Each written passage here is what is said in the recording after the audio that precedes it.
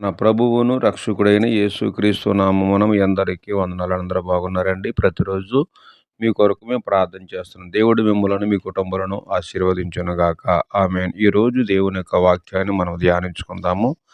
యాకోబు రాసిన పత్రిక మొదటి అధ్యాయము 21వ వచనంలో కొన్ని మాటలు మనం జ్ఞాపకం చేసుకుందాం. ప్రియమైన వారలారా, లోపల నాటబడి మీ ఆత్మలను రక్షించుటకు శక్తిగల వాక్యమును సాత్వికముతో అంగీకరించుడి. ఈ మాటలు దేవుడు వినికిడిలో ఆశీర్వదించునుగాక. ఆమేన్. ప్రభునందు ప్రియమైన వాళ్ళరా, లోపల నాటబడి మీ ఆత్మను రక్షించుకోవడం శక్తిగల వాక్యమును మన సాత్వికముతో అంగీకరించుడని దేవుని వాక్యం సెలవిస్తుంది. దేవుని వాక్యమును మన యొక్క ఆత్మలను రక్షించుకోవటానికి మన హృదయములో, మన లోపల అది నాటుకోవాలి. దేవుని వాక్యం వింటాం కానీ చాలామంది జీవితాలు అవి నాటబడవండి.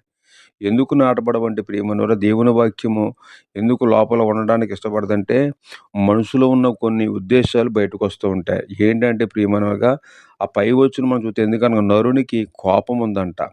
మరి నరుని కోపము దేవుని నీతిని నెరవేర్చదు. రెండవది ప్రియమైన వాళ్ళరా, అందుచేత సమస్తం కల్మషమును విర్రవీగుచున్న దుష్టాత్మను మానాలి. మనం మాని లోపల దేవుని వాక్యాన్ని మనము ఎప్పుడైతే ఆ శక్తిగల వాక్యాన్ని మనం సాత్వికతో అంగీకరించగలుగుతుంటామో, అప్పుడు మనం మార్చబడుతూ ఉంటాము.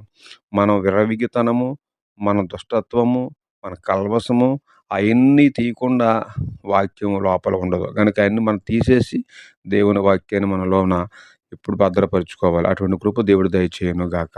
ఆమేన్.